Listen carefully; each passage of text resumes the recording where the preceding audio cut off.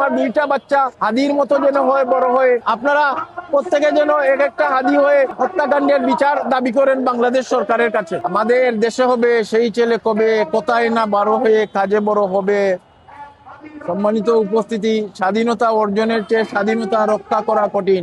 আপনারা দেখেছেন 12 তারিখ ওপেন ঢাকার রাজপথে আততায়ীদের হাতে, সন্ত্রাসীদের হাতে শহীদ উসমান হাদি আততায়ীর গুলিতে গুলিবিদ্ধ হয়ে চিকিৎসাধীন অবস্থায় সিঙ্গাপুরে মারা যান।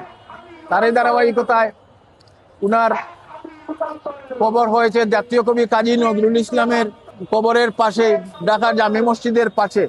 আমরা সুদূর সিলেট থেকে আমার ফ্যামিলিকে নিয়ে আমরা এখানে শহীদ হাদি চত্বরে এসেছি। উনার শহীদি তামান্না ছিল, শহীদি তামান্না পরম করুণাময় আল্লাহ উনার পূরণ করেছেন। স্বাধীনতা অর্জনের চেয়ে স্বাধীনতা রক্ষা করা কঠিন। এইটা হাদি ভাইয়ের জন্য উনার বিপরীতমুখী ছিল। এর জন্য যখন এসেছিলে ববে, কেঁদেছিলে তুমি, হেসেছিলে সবে, এমন জীবন করিবে গঠন, মরিলে হাসিবে তুমি, কাঁদিবে ভুবন। আজকে হাদি ভাই আমাদেরকে ছেড়ে উনি কবরে হাসতেছেন, কিন্তু আমরা উনার জন্য এই হাদি চত্বরে প্রতিবাদ সভা এবং প্রতিবাদ মিছিল করতেছি। উনার জন্য চোখের পানি ফেলে আমরা উনার জন্য আমরা এই কর্মসূচি পালন করতেছি। আমি পরম করুণাময় আল্লাহকে বলবো উনাকে যেন জান্নাতের সর্বোচ্চ মুকাম দান করেন এবং উনার পরিবারকে সবরি করার তৌফিক দান করেন।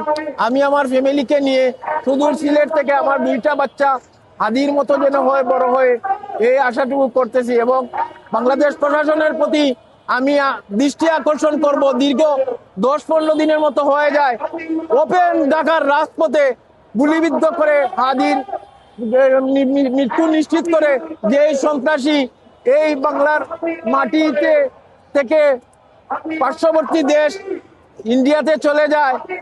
ঘটনার 7 ঘন্টা পর কিভাবে চলে যায় আমি ওইটাই খুঁজে পাচ্ছি না। তাই আমি মনে করব বাংলাদেশের আইন শৃঙ্খলা বাহিনী যদি উনাদের অন্তরের অন্তঃস্থ থেকে যদি উনারা চেষ্টা করেন, তাইলে আমি মনে করি হাদি হত্যাকারীকে 14 মাটির নিচ থেকে যদি বাইর করা প্রয়োজন হয় তাইলে উনারা বাইর করতে পারবে। কিন্তু কেন যেন মনে হয় আমার কাছে এই বাংলাদেশের আইন শৃঙ্খলা বাহিনী কেমন জানি মনে হয় গাপটি মেরে এই হত্যাকাণ্ডের তদন্ত সঠিকভাবে হচ্ছে না। তাই আমি প্রত্যাশা করব আপনারা প্রত্যেকে যেন এক একটা হাদি হয়ে এই হত্যাকাণ্ডের বিচার দাবি করেন বাংলাদেশ সরকারের কাছে।